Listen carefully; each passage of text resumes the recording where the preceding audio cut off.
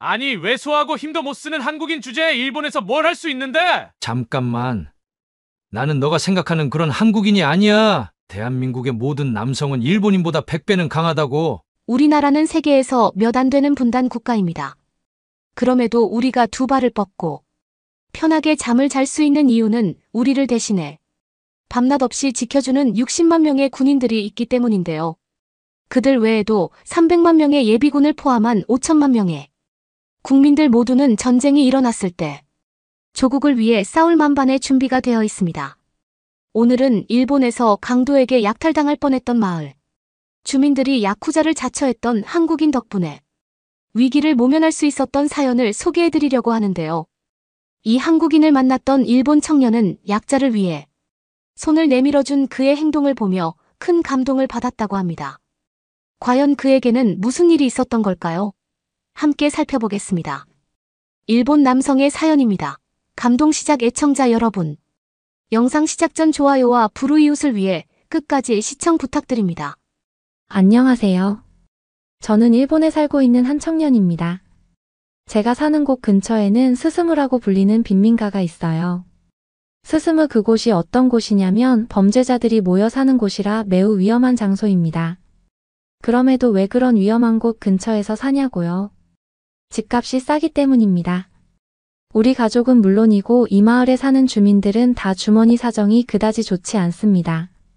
생명의 위협을 감수하고도 이곳에 살아야 할 만큼 말이죠. 그때 저는 일본 여행을 온 한 한국인 청년과 친해지게 되었습니다. 그는 마을에 있는 한 가게에서 만나게 되었어요. 처음 보는 사이 함께 술을 마시면서 가까워지게 되었죠. 그런데 그가 일본어를 너무 유창하게 사용하더라고요. 어떻게 그리 잘 아느냐고 묻자 그 한국인 청년은 어릴 적 일본에서 몇 년 동안 살았던 적이 있다고 대답했습니다. 그래서 일본 치안 상태도 잘 알고 혹시 강도를 만나면 어떻게 대처해야 할지도 어느 정도 익히고 있다면서 말이에요.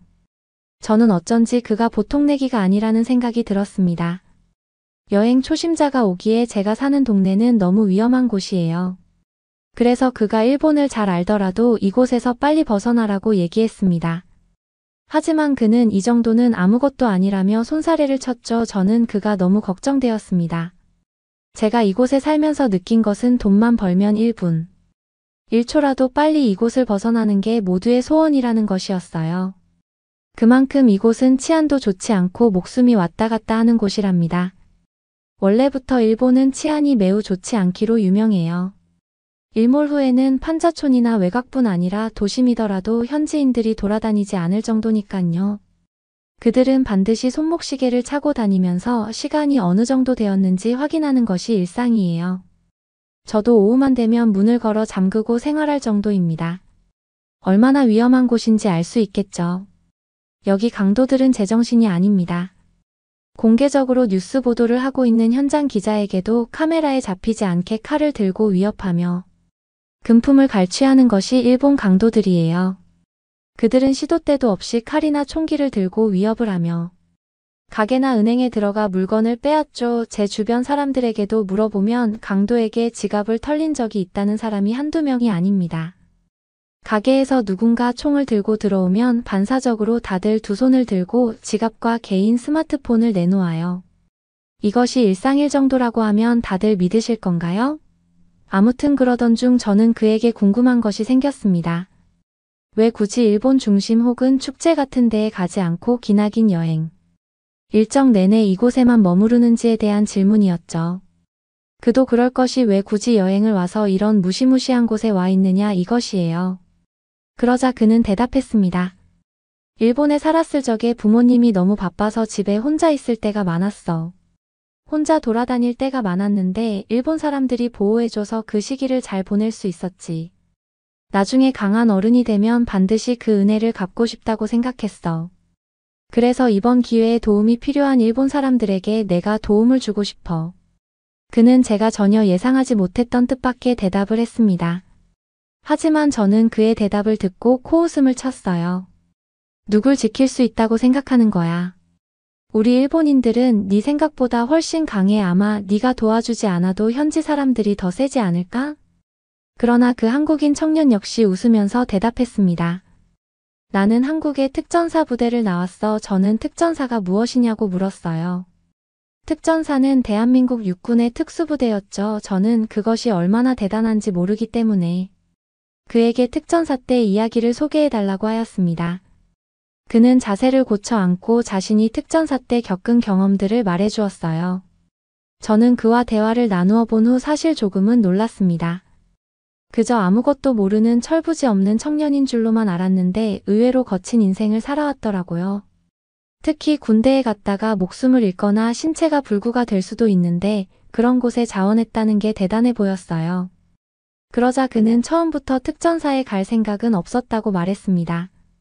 원래 한국은 남성으로 태어났으면 무조건 군대를 가야만 한대요. 그런데 학창시절 체격도 좋았고 운이 좋아 체대에 다니게 되면서 군대도 최고로 힘든 곳에 가보자는 생각에 특전사에 지원하게 됐다고 했습니다. 들어가기 전에 몇 개월 동안 후보생 생활을 하면서 도중에 너무 힘들겠다. 못 견디겠다 싶은 후보생은 퇴소하게 되는데 그는 다행히 몸도 다치지 않았고 그럭저럭 견딜만 해서 끝까지 가게 됐대요. 한국의 추운 지역인 강원도에서 지낼 일도 있었는데 그때 그가 손 관리를 제대로 하지 않아서 동상에 걸릴 뻔한 적도 있다고 했어요. 저는 술을 마시면서 그와 많은 이야기를 나누었는데 그는 확실히 누구를 지키겠다고 호언장담할 만하다는 생각이 들었습니다.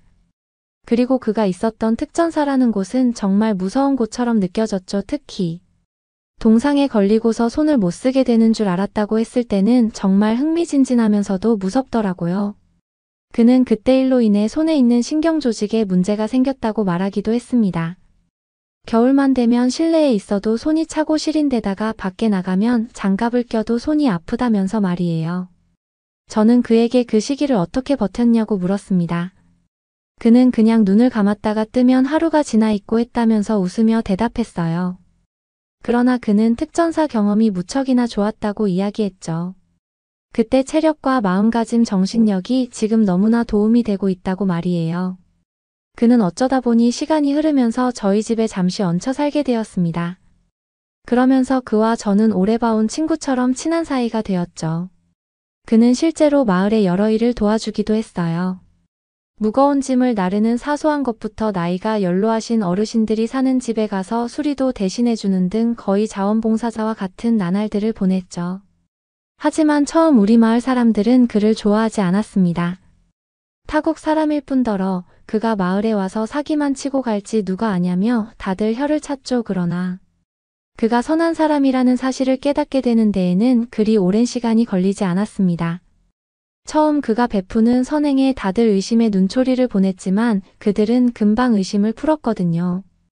그의 사근사근한 성격의 어르신들은 물론 어린아이들도 금방 그를 좋아했죠. 심지어 젊은 여성 중에는 그를 좋아하는 사람까지 생겼을 정도랍니다. 제가 보아도 그는 그럴 자격이 충분한 사람이라는 생각이 들었어요. 솔직하게 말하자면 얼굴도 잘생겼고 특전사 부대 출신인 만큼 체격도 매우 다부지고 건장했거든요. 심지어 성격도 좋고 다른 사람들을 잘 도와주는 누가 보아도 선한 사람이었습니다. 그렇게 그는 금세 마을 사람들과 친해지며 마치 원래부터 이 마을에 살았던 것처럼 잘 녹아들었습니다. 그때 마을에 큰 사건이 일어나고 말았어요. 마을에 오래 살았던 한 어르신께서 강도의 위협에 반항하다가 총에 맞아 다치는 사건이 일어났죠. 마을 사람들은 그 일로 인해 모두들 충격을 받았어요. 그 어르신은 이 마을에서 30년도 더 넘게 살았으며 젊었을 적에는 강도를 직접 손으로 물리친 적도 있던 분이었습니다. 그러나 이제 강도를 물리치기에는 너무 연로한 나이였어요. 그는 저는 물론 한국인 청년과도 가까운 사이였기에 우리들은 더 큰 슬픔에 빠졌었어요. 더불어 마을에 강도가 찾아와 사람들을 위협했던 것은 여러 번이지만 실제로 마을 주민을 향해 총을 발사한 것은 이번이 처음이었기 때문에 다들 놀란 분위기였습니다. 그런데 그 악질 강도 무리는 쉬지 않고 마을에 찾아와 사람들을 위협했어요. 아무래도 실제로 사람을 썼기 때문에 더 공포였던 사람들은 잠갔던 문을 열어 순순히 돈과 금품을 줄 수밖에 없었죠. 우리 마을은 며칠간 강도 문제로 머리를 싸매었습니다. 경찰이 있기는 했지만 사실상 경찰은 이런 일에 아주 소극적입니다. 별거 아닌 강도 다니면 경찰의 도움을 받을 수도 있지만 만약 그들 뒤에 엄청 큰 무력단체가 있으면 경찰로서는 아주 골치 아픈 상황에 처하거든요. 그래서 그들의 첫 번째 원칙은 웬만하면 일단은 방관하자는 주의입니다. 특히 우리들처럼 빈민가에 사는 사람들이라면 더더욱 힘을 쓸 필요가 없죠. 반면 마을 사람들은 가뜩이나 돈도 없는데 많은 사람들이 강도의 갈취 때문에 잔고가 부족해지면서 생활고에 시달렸죠. 한국인 청년과 이에 대해 이야기했지만 역시 마땅한 대안은 나오지 않았었어요. 저는 우리끼리 어떻게 해결할 수 있는 문제가 아니다 보니 당분간은 운에 맡겨야겠다고 이야기했죠. 운에 맡기는 거지 뭐 만약 우리 집에도 온다면 그저 순순히 달라는 대로 주어야 하는 거고 안 오면 가장 좋겠지만 말이야. 하지만 그는 저와 다른 의견이었습니다.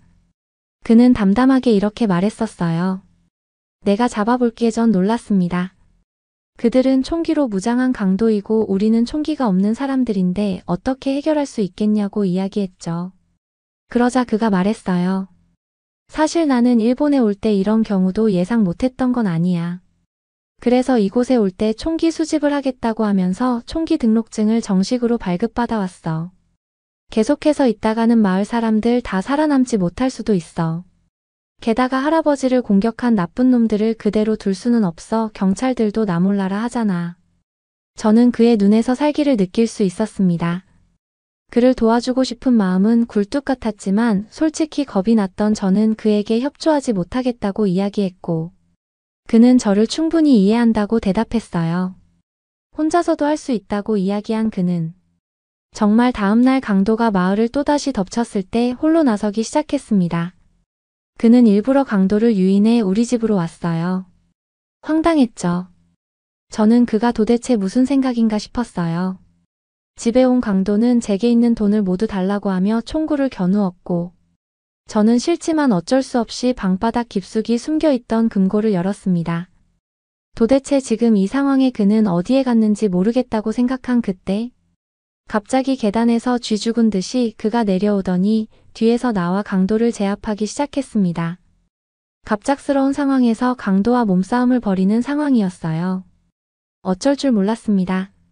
급하게 창고 구석에 있던 방망이를 가져와 강도를 때리려고 했지만 그 둘이 뒤엉켜 뒹구는 바람에 잘못하다가는 한국인 청년을 때릴 수도 있어 쉽게 나설 수가 없었어요. 게다가 갑작스럽게 강도가 총을 난사하는 바람에 그는 어깨에 총이 스친 듯 했습니다. 그러나 놀랍게도 총에 맞지 않은 것처럼 멀쩡히 그를 제압했죠. 이게 바로 특전사 출신의 위력인가 싶더라고요. 제가 방황하는 사이 그는 혼자서도 2명의 강도를 무사히 제압했습니다. 그 상황은 마치 난장판이었고 순식간에 지나간 상황이라 어떻게 해결된 것인지도 몰랐지만 다행히 마을 사람들까지 몰려와 손쉽게 그 둘을 결박해 놓을 수 있었죠. 마을 사람들은 그를 죽여도 마땅하다고 했습니다. 저는 그 둘을 직접 잡은 그에게 선택권을 주었어요. 이들은 붙잡힌 순간 목숨을 잃을 수 있다는 사실도 모두 알았을 거야. 마땅히 그 벌을 받아야 돼. 그러나 그는 똑같은 짓을 벌이고 싶지 않다고 대답했습니다. 경찰에게 강도를 잡아놓았으니 데려가라고 연락하였죠. 마을 사람들은 그에게 박수를 보냈고 그는 머쓱한 웃음을 지어 보였어요. 그리고 그제야 총알이 스친 어깨가 아파왔는지 고통을 호소하기 시작했죠. 그는 병원에 가서 치료를 마쳤고 그날 밤 저와 함께 다시 집으로 돌아와 난장판이 되어버린 집을 정리했습니다. 그리고 다음날 마을 사람 중 일부는 그를 위해 근사한 식사를 대접하고 싶다고 말했어요. 하지만 너무 많은 사람들이 요청해오는 바람에 몇 명을 제외하곤 정중하게 거절해야만 했습니다. 그 한국인 청년은 그 일이 있고부터 한 달이나 더 마을에 머물렀어요. 떠날 때는 떠나려는 이유를 묻자 그는 자신이 생각한 만큼 사람들을 도와준 것 같다고 말했습니다. 그리고 그 강도들에게 부상을 당했던 어르신이 회복한 모습을 보니까 마음이 한결 가벼워진 것 같았대요. 다음날 일어나 보니 그는 마을을 떠날 준비를 하고 있었습니다. 그리고 그동안 잘 지냈다는 인사와 함께 편지 하나를 건네주고 떠났어요. 그 편지에는 그동안 고마웠다면 나중에 돌아올 때까지 건강하게 지내고 있으라고 쓰여 있었습니다. 그리고 이런 말도 적혀 있었어요. 사실 그는 군대를 전역하고 갑작스러운 공허함과 우울증 때문에 어려운 시간을 보냈었답니다. 그는 장기 복무와 전역의 갈림길에서 전역을 선택했고, 당시에는 그것이 옳은 선택인 줄 알았대요. 하지만 막상 사회에 나와보니 군인으로서의 자신이 그리워졌고, 어렸을 적 일본에서 했었던 다짐이 생각나 일본으로 오게 된 것이었습니다. 결국 그는 한국으로 돌아가 다시 군인이 되기 위해 도전한다고 했어요. 그래서 약한 사람들을 도와주는 정의로운 군인이 되고 싶대요. 제가 봤을 때 그는 아주 훌륭한 군인이 될 거예요. 그는 약자를 위해 분노할 줄도 알고 어려운 상황에서도 스스로 돌파구를 찾아낼 줄 알거든요. 그가 지금 어떻게 지내고 있을지는 모르겠지만 행복하게 잘 지내주었으면 좋겠습니다. 그 덕분에 우리도 잘 지내고 있으니까 말이에요. 여러분은 이번 사연을 통해 어떤 것을 느끼셨나요? 이런 사연을 볼 때마다 치안이 좋은 한국에서 태어났다는 사실에 진심으로 감사함을 느끼는데요. 그들은 이 한국인 청년의 도움으로 인해 순간의 위기를 모면할 수는 있었지만 똑같은 위기는 다시금 찾아올 것입니다. 안타깝지만 그것이 그들에게 처한 현실이겠죠. 언젠가는 세계 모든 사람들이 우리 한국과 같은 안전하고 건강한 나라가 될 수 있었으면 좋겠네요. 구독과 좋아요 부탁드리며 사연자분께 전해드릴 댓글도 남겨주시면 전달해드리겠습니다. 그러면 더욱 감동적인 다음 사연으로 넘어가겠습니다. 저는 체르니 30살의 폴란드 사람입니다. 제가 우연한 만남으로 인해 제 인생이 이렇게 크게 바뀔 거라곤 상상도 못했어요. 바르샤바 중심부에 있는 아늑한 카페에 앉아 커피를 홀짝이며 경제적인 어려움에 대해 고민하고 있을 때 저는 절망감을 느낄 수밖에 없었죠. 이 당시에는 전 삶에 대한 열정과 성공에 대한 갈망으로 가득 차 있었어요. 하지만 최선을 다했음에도 불구하고 저는 저임금과 장시간 노동의 악순환에 빠져 겨우 생활비를 벌어가는 처지였답니다. 2019년 당시 폴란드의 청년 실업률은 무려 30%에 달했어요. 유럽연합 평균의 2배가 넘는 수치였죠. 정말 믿기 어려운 일이었어요. 저 혼자만 그런 게 아니라는 걸 알고 있었기에 더욱 좌절감을 느꼈죠. 제 주변 친구들과 가족들도. 유럽에서 가장 물가가 높은 도시 중 하나인 이곳에서 생계를 꾸려나가기 위해 고군분투하고 있었으니까요. 그런데 그 운명의 날, 카페에서 만난 한 사람이 제가 전혀 생각지 못했던 가능성의 세계를 열어주었어요. 그의 이름은 현기 폴란드에서 일하는 한국인이었죠. 대화를 나누는 순간부터 저는 그의 친절함, 관용, 그리고 삶을 너무나 자연스럽게 헤쳐나가는 태도에 깊은 인상을 받았답니다. 우정이 깊어질수록 저는 우리 삶의 극명한 차이를 알아차릴 수밖에 없었어요. 현기는 제가 꿈꾸는 경제적 안정을 누리고 있었고 그것이 저를 호기심 가득하게 만들었죠. 제가 간신히 살아가는 동안 어떻게 그가 그렇게 안락하게 살 수 있는 걸까요? 저는 늘 잘 알지도 못하면서 고정관념으로만 대하던 한국에 대해 편견을 가지고 있었어요. 하지만 현기를 알게 되면서 제가 알고 있다고 생각한 모든 것들에 의문을 갖게 되었죠. 어느 날 저녁 현지 타파스바에서 식사를 하던 중 현기는 한국에서의 삶에 대해 제게 털어놓기 시작했어요. 번영하는 경제, 젊은이들의 성공을 돕는 지원 정책, 그리고 그가 누렸던 놀라운 기회들에 대해 이야기해 주었죠. 듣고 있자니 가슴이 설레면서도 살짝 부러운 마음이 들더라고요. 그리고 충격적인 사실이 드러났어요. 현기가 폴란드에서 받는 월급이 저와 비슷한 자격과 노력을 가졌음에도 불구하고 제 월급의 2배나 된다는 거예요. 깜짝 놀랐죠. 어떻게 이런 일이 가능한 걸까요? 저는 늘 제가 겪는 어려움이 삶의 일부이고 모두가 겪는 일이라고 믿고 있었거든요. 하지만 현기는 저와 다른 삶의 방식이 있다는 걸 살아서 보여주고 있었어요. 대화를 더 나누면서 현기는 제가 상상했던 것과는 전혀 다른 한국의 모습을 그려냈어요. 2019년 한국은 1인당 국내 총생산 GDP가 3만 달러를 기록하며 세계 12위 경제대국이 되었다고 해요. 폴란드에 비교해 9,600달러보다 훨씬 높은 수치였죠. 그리고 놀랍게도 한국의 청년 실업률은 10.4%로 폴란드의 3분의 1 수준이었다고 합니다. 이 모든 새로운 정보들로 제 머리가 어지러웠어요. 저는 늘 더 나은 삶, 경제적 안정, 돈 걱정 없이 제 열정을 쫓을 수 있는 기회를 꿈꿨죠. 그리고 이제 그 꿈이 이루어질 수 있을 것 같았어요. 하지만 그러려면 제가 아는 모든 것을 뒤로하고 새로운 도전을 해야 한다는 뜻이기도 했죠. 형기의 이야기는 제 삶의 중요한 전환점이 되어 주었어요. 폴란드에서의 일이 끝나가면서 그는 한국으로 돌아갈 준비를 하고 있었고, 저는 빨리 행동하지 않으면 그를 영원히 잃을 수도 있다는 걸 깨달았죠.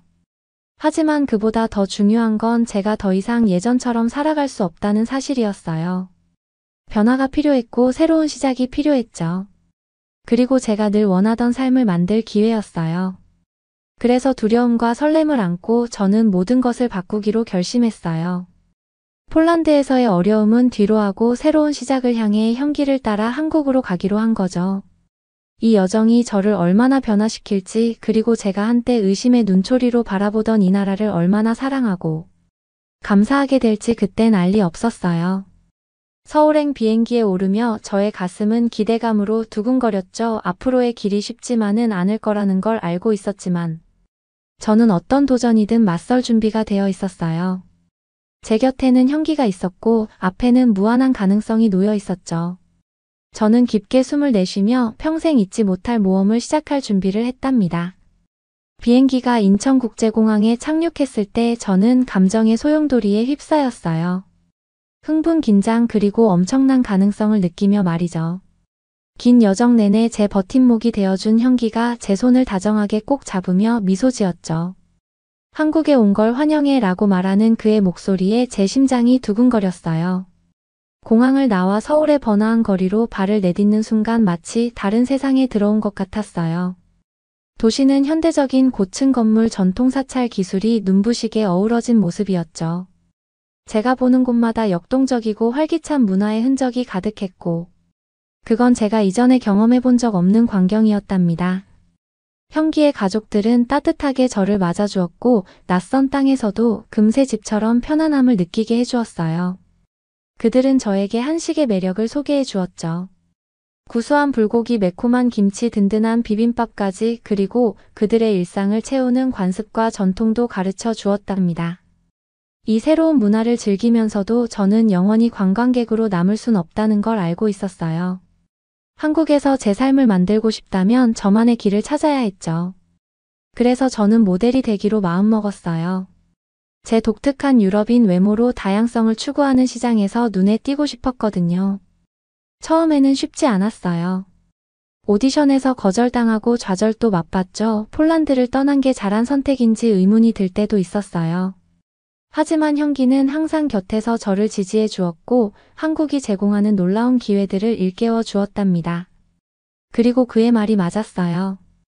점점 더 많은 모델 일을 하게 되면서 전 이 나라에 엄청난 가능성이 있다는 걸 깨닫게 되었죠. 한국의 엔터테인먼트 산업은 엄청난 호황을 누리고 있었어요. 전 세계를 휩쓸고 있었거든요. 제가 가는 곳마다 전 세계인의 마음을 사로잡는 문화 르네상스의 흔적이 보였죠. 하지만 번창하는 건 엔터테인먼트 산업뿐만이 아니었어요. 서울과 그 너머를 탐험하면서 저는 한국의 놀라운 경제 성장 스토리에 대해 배웠답니다. 불과 몇십 년 만에 이 작은 나라는 세계에서 가장 가난한 국가 중 하나에서 세계적인 강국으로 변모했죠. 첨단 기술 세계 최고 수준의 교육, 많은 이들이 부러워하는 삶의 질까지 갖추게 된 거예요. 어느 날 형기와 강남에 붐비는 거리를 걷던 중 그가 제 머리를 터지게 한 통계를 들려주었어요. 알아, 한국의 1인당 GDP가 1960년대 이후 3만%가 성장했어. 역사상 가장 빠른 경제 성장 속도 중 하나이지. 세계 어떤 나라에서도 이런 건 없다니까. 전 깜짝 놀랐어요. 경제적 어려움이 일상인 나라에서 왔던 터라 이런 놀라운 변화를 이해하기가 쉽지 않았거든요. 하지만 교육과 기술에 대한 투자, 근면함과 혁신의 문화 등 한국의 성공을 이끈 요인들에 대해 더 알아갈수록 이곳에서 배울 점이 많다는 걸 깨달았답니다. 원래는 폴란드가 더 잘 살았다고 들었는데 지금은 한국이 더 잘 사는 나라가 되었다는 거를 듣고는 정말 대단한 나라라는 생각이 들었습니다. 모델로서 제 경력이 계속 번창하고 형기를 향한 사랑이 깊어지면서 전 한국에서 특별한 무언가를 찾았다는 걸 알게 되었어요. 이곳은 그저 일하는 곳이나 제 삶의 환경 유지가 아니었죠. 이곳은 저에게 지금 전에는 감히 꿈꿀 수도 없었던 삶을 만들 수 있는 곳이었답니다.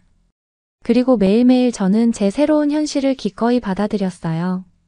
한국 길거리 음식의 맛있는 풍미를 음미하고 어디에나 있는 최첨단 기술에 감탄하며 만나는 사람들과 깊고 오래가는 우정을 쌓아 나갔습니다. 지금 돌이켜보면 한국행을 선택한 건 단순히 폴란드에서의 어려움을 벗어나기 위해서만은 아니었어요. 그건 새로운 가능성에 제 마음을 열고 선입견에 도전하며 제 자신의 또 다른 모습을 발견하는 과정이기도 했죠. 그리고 형기와 함께 사랑, 모험 그리고 끝없는 기회로 가득 찬 미래를 그리기 시작하면서 저는 이곳이 진정한 제 집이라는 걸 깨달았어요. 모든 면에서 말이죠. 형기와 함께 서울에서의 새로운 삶에 적응해 나가면서 저는 그와 제 마음을 사로잡은 이 나라를 더 깊이 사랑하게 되었어요. 우리의 나날은 웃음, 탐험 그리고 전에는 느껴보지 못한 깊은 소속감으로 가득했죠. 한국에 대해 가장 인상 깊었던 건 삶의 모든 면에 스며들어 있는 공동체 의식과 유대감이에요. 형기의 가족과 식사를 하든 서울의 활기찬 동네를 탐험하든 아니면 그저 도시의 아름다운 공원을 손잡고 걷기만 해도 항상 제가 저 자신보다 더 큰 무언가의 일부라는 걸 느꼈어요. 이 느낌을 완벽하게 보여준 순간이 있었죠. 형기와 저는 그의 어린 시절 친구 중 한 명의 전통 결혼식에 참석했어요. 사랑하는 이들에 둘러싸인 채 아름다운 한복을 입고 서약을 교환하는 신랑. 신부를 보면서 저는 그 순간을 가득 채운 깊은 유대감과 전통에 감동받았어요. 형기가 제 귓가에 속삭였죠. 한국에는 밥 한 그릇 나눠 먹으면 한 가족이 된다는 말이 있어. 우리의 유대감이 그만큼 강하다는 거지. 그 말은 결혼식이 끝난 후에도 오랫동안 제 마음에 남았어요. 한국에서 가족이란 혈연으로 맺어진 관계만을 의미하는 게 아니라는 걸 깨달았죠. 그건 우리 주변 사람들과 맺는 유대, 우리의 삶을 형성하는 공유된 경험과 순간에 관한 거예요.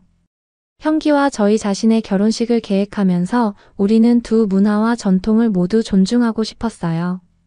우리가 대접할 음식부터 춤출 음악까지 모든 디테일에 대해 수없이 이야기를 나누었죠. 그건 폴란드와 한국의 관습이 아름답게 어우러진 우리 마음과 세계의 진정한 융합이었어요. 드디어 그 큰 날이 왔을 때 저는 전에 느껴보지 못한 기쁨과 만족감에 휩싸였어요. 폴란드풍으로 살짝 변형을 가한 한복을 입고 입장할 때 주변에서 우리 가족과 친구들의 사랑과 지지를 느낄 수 있었죠. 그 순간 저는 제 진정한 집을 찾았다는 걸 알았어요. 한국에서뿐만 아니라 형기와 함께 찾은 사람과 동반자 관계 속에서 말이에요. 결혼 생활을 시작하면서 저는 한국이 제공하는 기회와 경험에 계속해서 놀라움을 금치 못했어요. 제 모델 경력은 번창하고 있었고 제가 보는 곳마다 넘쳐나는 창의성과 혁신에 끊임없이 영감을 받았죠. 어느 날 서울 도심에서 촬영을 준비하던 중에 다른 모델 한 명과 이야기를 나누게 되었는데요. 윤지라는 젊은 여성이었죠. 업계에서의 경험과 미래에 대한 꿈에 대해 이야기를 나누던 중 윤지가 저를 경악하게 한 통계를 공유해 주었어요. 한국이 세계 어느 나라보다 연구개발에 투자를 많이 한다는 거 알고 있어. 우리 GDP의 거의 7%가 혁신과 기술에 쓰이고 있다고 하더라고. 기사에서 봤어. 그래서 우리가 항상 새로운 아이디어와 혁신의 최전선에 서 있는 거지. 정말 놀라웠어요. 미래에 대한 투자가 종종 당장의 관심사에 밀리곤 하는 나라에서 왔던 터라. 그렇게 발전과 성장에 전념하는 나라를 보는 건 정말 감동적이었답니다. 윤지와의 대화는 제게 새로운 열망을 불러일으켰어요. 한국의 놀라운 성공을 이끈 요인들에 대해 더 배우고 그 교훈을 다른 이들과 공유하고 싶다는 열망 말이에요. 저는 한국의 역사, 경제 정책 그리고 세계 무대에서의 부상을 이끈 문화적 가치관에 대해 열심히 공부하기 시작했죠. 그리고 배울수록 한국의 이야기가 회복력, 결단력, 그리고 교육과 노력의 힘에 대한 흔들림 없는 신념으로 가득 차 있다는 걸 깨달았어요. 한국 전쟁의 폐허에서 이 작은 나라는 번영하는 경제, 최첨단 기술, 그리고 많은 이들이 부러워하는 삶의 질을 갖춘 세계적인 강국으로 스스로를 일궈냈죠. 형기와 점점 더 커지는 우리의 친구 가족들에게 제가 새로 알게 된 지식과 감사함을 나누면서 전에는 느껴보지 못한 자부심과 목적의식을 느꼈어요. 저는 이 놀라운 나라의 수동적인 관찰자가 아니었죠. 저는 이 나라의 이야기, 지속적인 성공과 성장에 기여하는 한 부분이 된 거예요. 그래서 형기와 함께 우리만의 가족을 꾸리는 것에 대해 이야기하기 시작했을 때 저는 이 세상 그 어디에서도 우리 아이들을 키우고 싶지 않다는 걸 알았어요. 한국에서 저는 집을 공동체를 그리고 영원히 간직할 소속감을 찾았으니까요. 형기와 제가 우리 딸을 세상에 맞이한 날은 제 인생에서 가장 행복한 날이었어요. 팔에 안긴 우리의 작고 완벽한 아기를 바라보며 눈물이 날 정도로 사랑과 감사함에 휩싸였죠. 늘 자랑스러운 아빠인 형기는 우리 딸의 부드러운 볼을 쓰다듬으며 미소를 멈출 수가 없었어요. 우리는 그 아이의 이름을 민지라고 지었어요. 총명함과 지혜를 뜻하는 한국 이름이죠. 우리의 모국에서 소중히 여기는 가치관과 우선순위를 담고 있을 뿐만 아니라 민지의 앞날에 대한 우리의 희망과 꿈을 반영한 이름이에요. 민지가 자라면서 한국이 그 아이에게 줄 수 있는 기회와 경험에 저는 끊임없이 놀라고 감동했어요. 태어나는 순간부터 온 나라가 민지의 성공과 행복에 힘을 보태주는 것 같았거든요. 지역 병원에 데려가 민지의 첫 검진을 받을 때가 기억나요? 최첨단 시설과 따뜻하고 전문적인 의료진의 모습에 감탄하며 말이에요. 순서를 기다리는 동안 옆자리에 앉은 엄마와 나누게 된 대화도 잊을 수 없죠. 한국에서 부모들을 위한 지원과 혜택이 이렇게 많은 게 정말 놀랍지 않나요? 내 아이가 어떤 길을 선택하든 성공할 수 있는 기회를 갖고 있다고 느껴져요. 전적으로 동감할 수밖에 없었어요.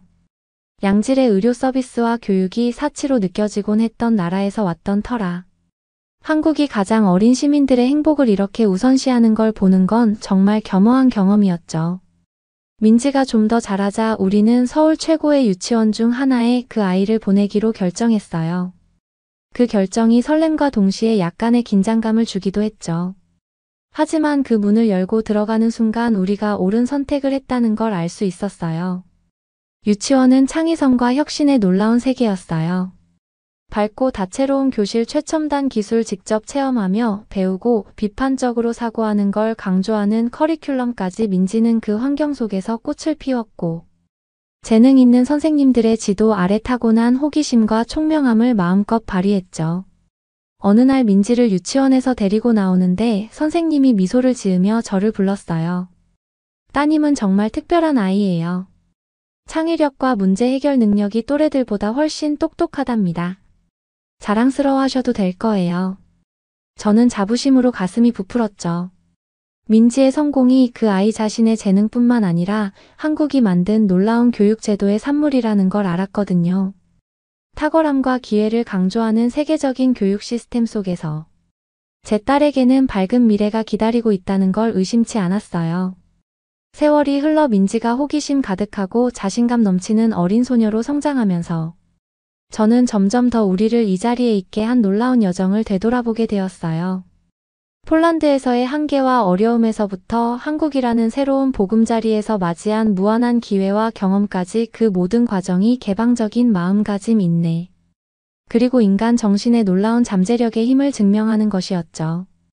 어느 저녁 형기와 저는 민지가 친구들과 함께 공원에서 뛰어노는 모습을 바라보고 있었어요. 그때 형기가 미소를 지으며 제게 물었죠. 가끔 궁금해, 우리가 그때 한국으로 오지 않았었더라면 우리의 삶이 어땠을까? 잠시 생각에 잠기며 감사함과 사랑으로 가득 찬 마음으로 대답했어요. 글쎄 잘 모르겠어. 하지만 한 가지는 분명한 게 지금 이 삶을 그 무엇과도 바꾸고 싶지 않아. 한국은 우리에게 너무나 많은 걸 줬어. 기회와 성공뿐만 아니라 공동체 의식, 목적 의식, 그리고 전에는 가능하리라고는 상상도 못했던 소속감까지. 형기는 고개를 끄덕였어요. 그의 눈에서도 제 마음과 같은 감정이 반짝이고 있었죠. 여기가 우리의 집이야. 민지와 앞으로 올 세대를 위해 우리가 만들어가는 유산이기도 하고 사랑, 배움, 그리고 열린 마음과 정신으로 세상을 끌어안음으로써 얻게 되는 무한한 가능성의 유산 말이야. 민지가 해맑게 웃으며 뛰어노는 모습을 보면서 형기의 말이 맞다는 걸 알 수 있었어요. 이것이 우리의 유산이자 이야기예요. 두 문화, 두 마음, 그리고 우리를 하나로 만든 놀라운 여정에 관한 이야기죠. 서울의 붐비는 거리 위로 황금빛 노을이 부드럽게 내려앉으면서 모든 것을 따스하게 물들이기 시작했어요. 그 순간 평화로움과 만족감이 저를 감쌌죠. 여기가 바로 제가 속한 곳.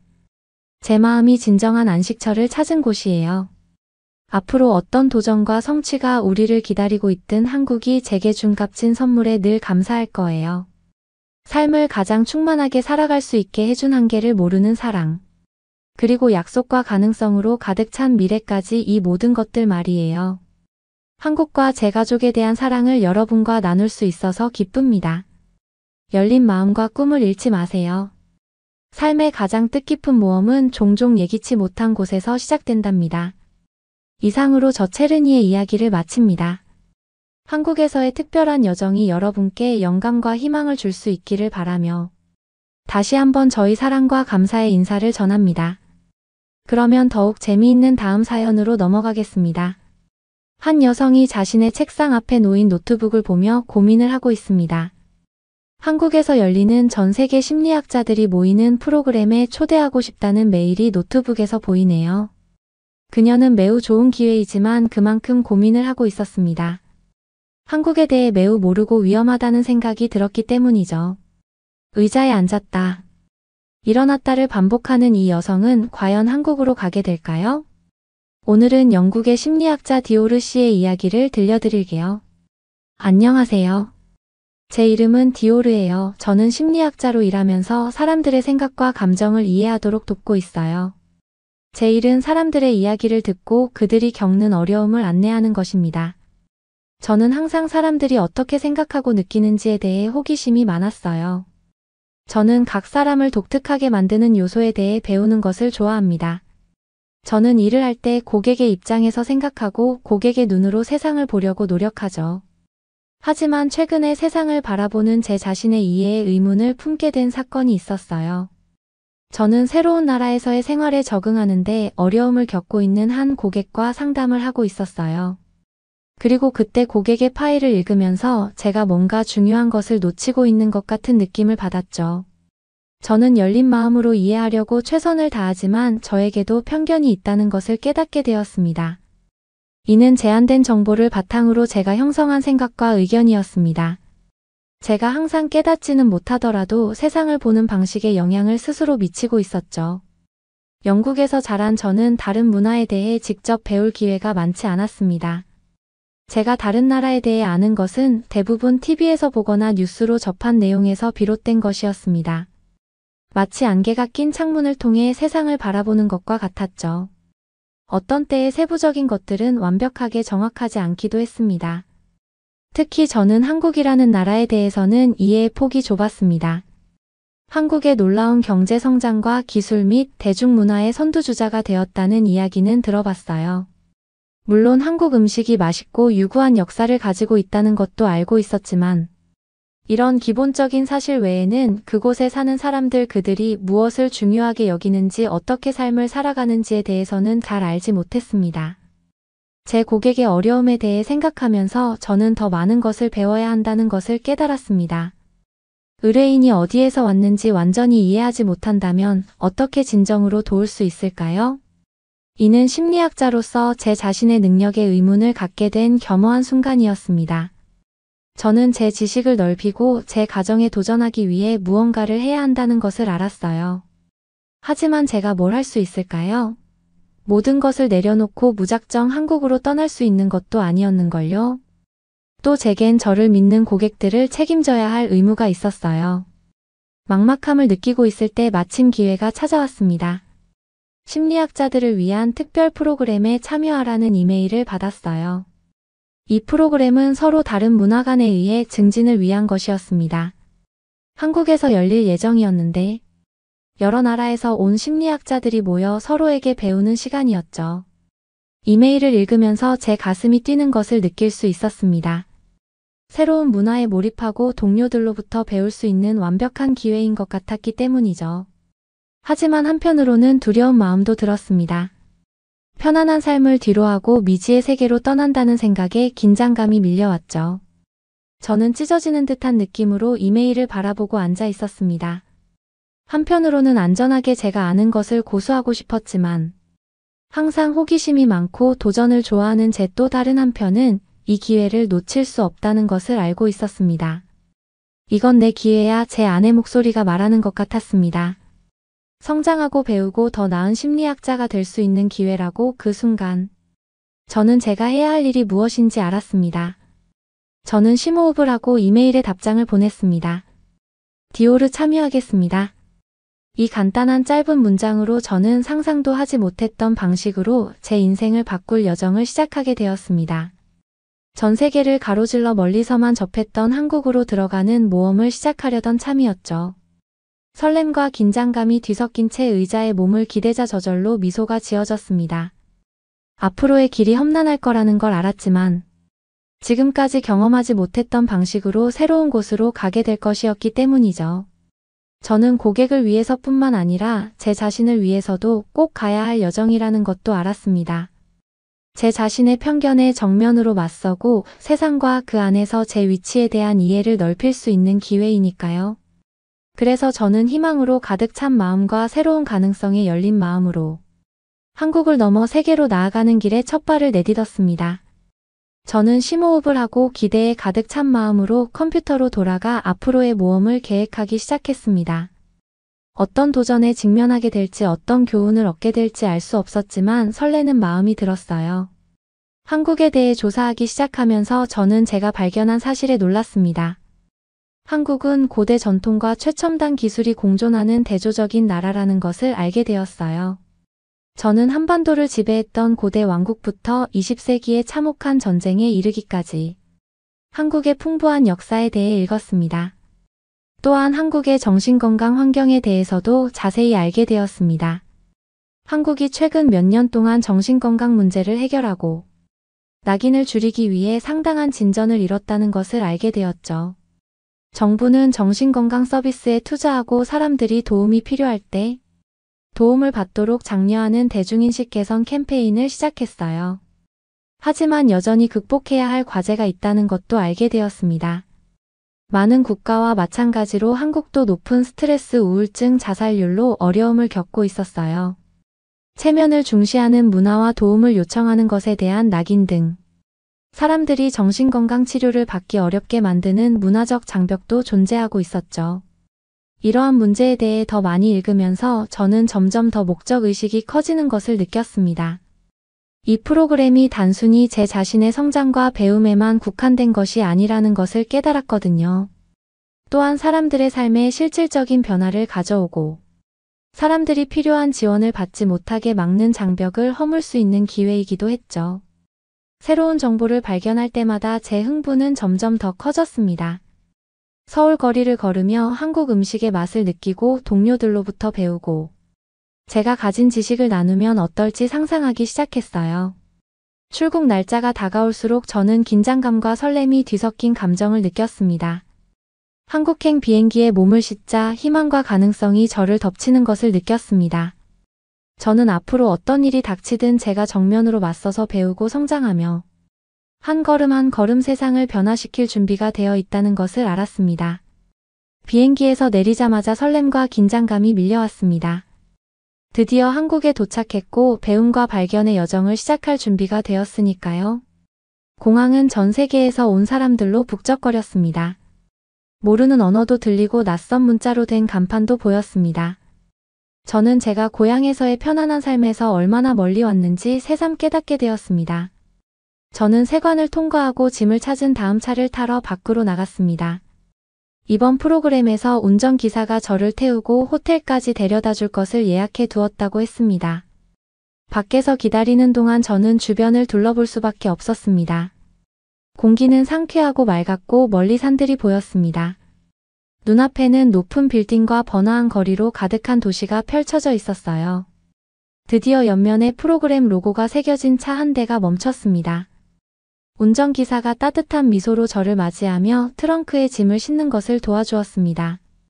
시내를 달리면서 저는 차창에 코를 대고 모든 풍경들을 살폈습니다. 거리에는 상점과 레스토랑이 늘어서 있었고 간판에는 한국어와 영어가 모두 적혀 있었습니다. 저는 사람들이 걷거나 자전거를 타며 일상을 보내는 모습을 보았습니다. 운전기사는 우리가 지나가는 동안 조선시대의 아름다운 궁전, 국내 최고의 기업들이 입주해 있는 현대적인 고층 빌딩, 한국인들이 신선한 농산물과 수공예품을 쇼핑하는 번화한 시장 등 명소들을 가리키며 설명해 주었습니다. 저는 이곳에서 옛것과 새것이 자연스럽게 공존하는 모습에 놀랐습니다. 풍부한 문화유산을 간직한 채 미래를 포용하며 끊임없이 진화하고 있는 나라 같아 보였어요. 호텔에 도착하자마자 저는 기사님께 감사 인사를 드리고 호텔로 들어갔습니다.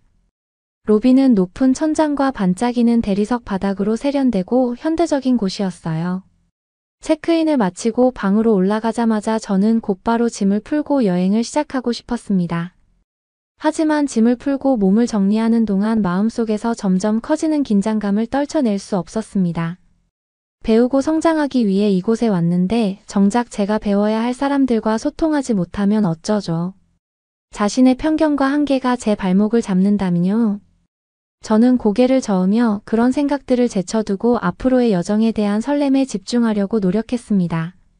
성장은 종종 불편함에서 익숙한 곳을 벗어나 새롭고 낯선 영역으로 나아가는 데서 비롯된다는 사실을 계속해서 스스로 상기시켰죠. 그래서 저는 심호흡을 하고 결연한 마음으로 동료들을 만나고 배움의 여정을 시작하기 위해 출발했습니다. 처음 며칠은 소개와 오리엔테이션으로 정신없이 보냈습니다. 유럽, 아시아, 아메리카 등 전 세계에서 온 심리학자들을 만났습니다. 우리는 모두 같은 이유 즉 서로에게서 배우고 고객을 도울 수 있는 새로운 방법을 찾기 위해 이곳에 모였죠. 제가 처음 만난 사람 중 한 명은 현진이라는 한국인 심리학자였습니다. 그녀는 따뜻하고 친근한 태도와 자신의 일에 대한 깊은 열정을 가지고 있었습니다. 이야기를 나누면서 저는 정신건강에 대한 그녀의 총체적인 접근 방식인 증상뿐만 아니라 사람 전체를 치료해야 한다는 신념에 깊은 인상을 받았습니다. 진영 선생님은 저에게 전통치유센터에 함께 가자고 권유했고 저는 흔쾌히 응했습니다. 고요한 정원과 명상실을 거닐면서 그녀는 한의학의 원리인 몸과 마음, 그리고 영혼을 서로 연결된 전체로 보고 그 전체 균형의 중요성을 설명해 주었습니다. 저는 제가 익숙했던 서양식 모델과는 다른 접근 방식에 매료되었습니다. 정신건강을 이해하고 치료하는데 얼마나 다양한 방법이 있는지, 아직 배워야 할 것이 많다는 것을 깨닫게 되었죠. 그 후 몇 주 동안 저는 열정적으로 프로그램에 참여했습니다. 마음 챙김 기법부터 치료의 문화적 감수성까지 모든 것에 대한 강의와 워크숍에 참석했어요. 진료소와 병원을 방문해 한국의 정신건강 치료 방식을 관찰하기도 했죠. 하지만 가장 강력한 배움의 경험은 동료들 특히 진영 씨와 나눈 대화에서 비롯된 것이었습니다. 우리는 서로의 경험을 이야기하고 공유하면서 새로운 눈으로 세상을 바라보기 시작했습니다. 진영 씨는 한국에서 심리학자로서 겪는 어려움 즉 여전히 정신질환을 둘러싼 낙인 사회적 규범에 따라야 한다는 압박감, 도움을 받기를 꺼리는 사람들에게 다가가는 어려움에 대해 이야기해 주었습니다. 하지만 그녀는 한국인의 놀라운 회복 탄력성과 강인함에 대해서도 이야기했어요. 그녀는 공동체가 서로를 돕기 위해 함께 모이는 방식, 원로와 전통에 대한 깊은 존경심 역경을 극복하려는 치열한 결단력에 대해 이야기했습니다. 저는 이러한 이야기를 들으며 겸손해졌고 아직도 배워야 할 것이 많다는 것을 깨달았습니다. 저는 모든 답을 알고 있다고 생각하며 이곳에 왔지만 다양한 배경을 가진 사람들을 진정으로 이해하고 소통한다는 것이 어떤 의미인지 이제 겨우 겉만 보았다는 것을 알았습니다. 어느 날 문화적 감수성에 대해 그룹 토론을 하던 중 문득 깨달은 순간이 있었습니다. 고객의 문화적 배경을 이해하고 존중하는 것의 중요성에 대해 이야기하던 중 제 자신의 편견에 대한 경험을 공유하게 되었어요. 제가 이야기하는 동안 회의실에 불편한 기운이 감도는 것을 느낄 수 있었습니다. 몇몇 동료들은 놀란 표정을 지었고 다른 동료들은 어색한 표정을 지었습니다. 저는 다른 문화권의 사람들을 이해하고 공감하는 데 있어 제 자신의 한계와 맹점을 의도치 않게 드러냈다는 것을 깨달았죠. 고통스러운 순간이었지만 강력한 순간이기도 했습니다. 그 순간은 제가 피하고 있던 제 자신의 부분 저도 모르게 품고 있던 가정과 편견에 직면하게 만들었어요. 그리고 그 순간 저는 이 여정의 중요성을 진정으로 이해하기 시작했습니다. 단순히 새로운 기술을 배우거나 새로운 지식을 습득하는 것이 아닌 제 내면을 깊이 들여다보고 제 자신의 한계와 편견에 맞서고 성장과 변화의 노력을 하는 것이라는 걸 말이죠. 그날부터 저는 새로운 겸손함과 개방성을 가지고 프로그램에 접근했습니다. 내가 이미 답을 안다고 생각하기보다는 질문하고 이해하려고 노력하면서 말하기보다 더 많이 들으려 노력했죠. 저는 진영 씨를 비롯한 다른 동료들과 공식적인 세션 외의 시간을 보내며 전문가로서가 아니라 사람으로서 서로를 알아가는 시간을 가졌습니다. 우리는 식사와 이야기, 웃음과 눈물을 함께 나누었습니다. 저는 그들의 눈으로 세상을 보기 시작했고 그들의 경험의 복잡함과 미묘한 차이를 이해하기 시작했습니다. 그러는 동안 제 내면에도 변화가 일어나기 시작했습니다. 제 시야가 넓어지고 세상에 대한 이해가 더 깊고 복잡해지는 것을 느낄 수 있었어요. 저는 이 여정이 단순히 더 나은 심리학자가 되기 위한 것이 아니라는 것을 깨달았습니다. 더 나은 사람, 즉 더 자비롭고 더 공감하며 주변 세상의 아름다움과 다양성에 대해 더 개방적인 사람이 되기 위한 것이었죠. 몇 주가 지나고 프로그램이 끝나갈 무렵 저는 슬픔과 감사함을 느꼈습니다. 슬픔은 제가 만났던 놀라운 사람들과 경험했던 것들을 그리워할 것이라는 것을 알았기 때문입니다. 성장과 변화, 세상을 바라보는 새로운 시각이라는 놀라운 선물을 받았다는 것을 알았기 때문에 저는 정말 감사했습니다. 서울에서의 마지막 날 밤 진영 씨와 다른 심리학자 몇 명은 저를 데리고 한국 전통 저녁 식사에 초대했습니다. 우리는 바닥에 방석을 깔고 앉아 향긋한 찌개와 잘 구워진 고기를 나눠 먹으며 소주잔을 들고 함께 한 시간들을 기념하며 축배로 들었습니다. 저는 새로운 친구들의 얼굴을 둘러보면서 전에는 경험하지 못했던 유대감과 소속감을 느꼈습니다. 이들은 제가 상상할 수 없었던 방식으로 저에게 도전하고 응원하고 성장할 수 있도록 도와준 사람들이었습니다. 그리고 날 집으로 돌아가는 비행기에 몸을 실었을 때 저는 몇 주 전 한국에 도착했을 때와는 다른 사람이 되었다는 것을 알 수 있었습니다. 저는 더 개방적이고 더 자각적이며 주변 세상과 더 깊이 연결되어 있었어요. 여기서 시작한 여정이 아직 끝나지 않았다는 것을 저는 알았습니다. 아직 배워야 할 것이 훨씬 더 많고 만나야 할 사람과 들어야 할 이야기가 훨씬 더 많다는 것을 깨달았죠. 그래서 비행기가 이륙하고 서울 시내가 구름 아래로 사라질 때 저는 눈을 감고 미소를 지었습니다. 여기까지 오게 해준 여정에 감사했고 앞으로의 여정에 대한 설렘을 느끼며 저는 잠에 들었습니다. 한국에서 집으로 돌아온 저는 완전히 다른 사람이 된 기분이었습니다. 제가 경험한 것들, 만난 사람들, 배운 교훈들은 상상도 못했던 방식으로 저를 변화시켜 놓았기 때문이죠. 다시 일상에 적응하면서 저는 모든 것을 새로운 눈으로 바라보게 되었습니다. 제가 함께 일했던 고객, 교류했던 동료들, 심지어 오랫동안 고향이라고 불렀던 저의 동네까지 모든 것이 이전과는 다르고 복잡하고 미묘하게 보였습니다. 저는 이전으로 돌아갈 수 없다는 것을 알았습니다. 저는 제 일과 삶에서 계속 성장하고 발전하기 위해 제가 배운 것을 통합할 방법을 찾아야 했습니다. 가장 먼저 한 일 중 하나는 멘토이자 친구인 진영 씨에게 연락을 취하는 것이었습니다. 비록 지금은 수천 마일 떨어져 있지만 저희는 계속 연락을 주고받으며 서로에게 계속 배우기로 약속했었죠. 영상통화와 이메일을 통해 우리는 서로의 이야기와 아이디어를 공유하며 더 깊이 생각하고 더 나아가도록 도전했습니다. 진영 씨는 한국에서 진행하고 있는 새로운 시스템에 대해서 이야기해 주었어요. 정신건강에 대한 낙인을 없애고 필요한 모든 사람이 더 쉽게 치료를 받을 수 있도록 하기 위해 노력하고 있는 방법에 대한 것이었죠. 저도 제 업무에 문화적으로 더 민감한 접근 방식을 도입하기 위한 제 나름의 노력을 공유했습니다. 한국에서 배운 마음챙김과 전체론적 기법 중 일부를 고객들의 필요에 맞게 적용하기 시작했죠. 또한 심리학 분야에서 다양성과 포용의 중요성에 대해 더 많이 말하기 시작했습니다. 컨퍼런스와 워크숍에서 강연을 하며 제 경험을 공유하고 동료들이 자신의 편견과 사각지대를 살펴보도록 독려했습니다. 물론 항상 쉽지만은 않았습니다. 오랜 신념과 관행의 물살을 거슬러 상류로 헤엄치는 것처럼 느껴질 때도 있었죠. 하지만 저는 제가 할 수 있는 모든 방법을 동원해 변화를 계속 옹호해야 한다는 것을 알았습니다. 몇 달이 지나자 제 노력의 효과가 보이기 시작했습니다. 이전에는 도움을 받기를 꺼려했던 고객들이 문화적으로 유능하고 자비로운 치료사라는 저의 평판에 이끌려 저를 찾아오기 시작했습니다. 한때 제 접근 방식에 회의적이었던 동료들도 조언과 협업을 위해 저를 찾기 시작했죠. 하지만 가장 큰 변화는 제 자신에게서 비롯된 것이었습니다. 저는 더 개방적이고 더 호기심이 많고 익숙한 곳에서 벗어나 새로운 경험을 기꺼이 받아들이는 자신을 발견할 수 있었죠. 저는 한 번도 가본 적 없는 동네에서 열리는 커뮤니티 행사에 참석하거나 이전에는 무심코 지나쳤던 사람과 대화를 나누는 등 나와 다른 사람들로부터 배울 수 있는 기회를 찾기 시작했습니다. 덕분에 저는 점점 다양성 속에 아름다움과 풍요로움이 있고 다른 사람들의 이야기와 경험 속에 지혜와 힘이 있다는 것을 깨달을 수 있었죠. 어느 날 서울에서 열린 컨퍼런스에서 정신건강관리의 문화적 역량을 주제로 연설해 달라는 초대를 받았습니다.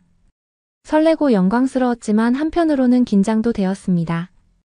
영국에 돌아온 지 거의 1년이 지났고 가서 뭐라 말을 해야 할지 잘 몰랐기 때문이죠. 하지만 그 생각도 잠시 비행기에서 내려 익숙한 공기를 들이마시자 고향에 온 듯한 기분이 들었습니다. 낯설고 두렵게만 느껴졌던 서울은 이제는 편안하게 느껴졌고 제가 잃어버렸던 제 자신의 일부를 찾은 곳처럼 느껴졌어요. 컨퍼런스는 전 세계에서 온 연사들과 참석자들이 함께 모여 지식과 경험을 공유하며 활기차게 진행되었습니다. 저는 제 강연을 통해 제 자신의 여정과 그 과정에서 배운 교훈을 공유했습니다. 제가 연설하는 동안 청중들의 얼굴이 보였고 그들의 눈은 저를 알아보고 이해하는 표정이었습니다. 많은 청중이 강연이 끝난 후 저에게 다가와 문화적 오해와 다양한 배경에서 일할 때의 어려움에 대한 자신의 이야기를 공유했습니다. 특히 한 여성이 제 눈에 띄었습니다. 그녀는 이제 막 커리어를 시작한 젊은 한국인 심리학자였습니다. 그녀는 제 이야기가 얼마나 큰 공감을 불러일으켰는지, 자신의 업무에서 변화를 계속 추진할 수 있는 희망과 영감을 주었는지 이야기해 주었습니다. 이야기를 나누면서 저는 정책이나 관행 같은 크고 전면적인 변화도 중요하지만 작고 개별적인 연결과 이해의 순간도 매우 중요하다는 것을 깨달았습니다. 누군가의 눈에서 반짝이는 인정의 불꽃, 내가 누구인지 보고 듣고 가치를 인정받는 느낌들 말이죠. 저는 활력과 영감을 얻고 성장과 발견의 여정을 계속 나아갈 준비가 된 기분으로 컨퍼런스를 떠났습니다. 그리고 집으로 돌아가는 비행기에서 저는 제 기억과 경험뿐만 아니라 세상을 바라보는 방식과 그 안에서 제 위치까지 대한민국의 한 조각을 항상 지니고 있다는 것을 알았습니다. 한국으로의 변화의 여정으로부터 몇 년이 지났습니다. 저는 심리학자로서 일하면서 전 세계에 뿌리를 두고 있는 각계각층의 고객들과 함께 일해왔습니다. 그리고 그들 하나하나에서 제가 한국에서 배운 교훈을 반영하는 것을 보게 되었죠. 특히 설아라는 젊은 여성이 기억에 남습니다. 어렸을 때 한국에서 영국으로 건너온 그녀는 두 문화 사이에서 자신의 위치를 찾기 위해 수년간 고군분투했습니다.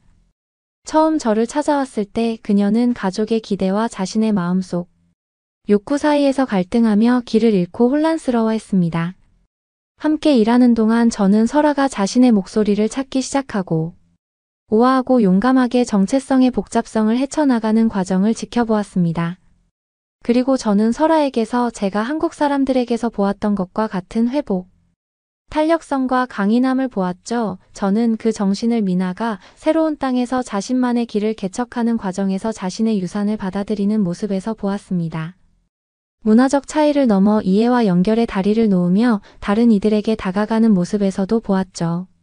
설아를 비롯한 수많은 사람들과 함께 일하면서 저는 제 여정의 파급 효과가 점점 더 넓은 범위로 퍼져나가는 것을 보기 시작했습니다. 제 동료들이 새로운 문화적 겸손과 존중의 마음으로 업무에 접근하기 시작하는 모습에서 그 효과를 보았습니다. 차세대 심리학자인 제 학생들이 보다 포용적이고 공평한 분야를 구축하기 위한 도전을 받아들이는 모습에서도 볼 수 있었죠. 그리고 제 자신의 삶이 크고 작은 방식으로 변화하기 시작하는 것을 보았습니다. 여행을 통해서든 저는 저와 다른 사람들과의 단순한 대화를 통해서든 새로운 경험과 관점을 찾고자 하는 제 자신을 발견했습니다.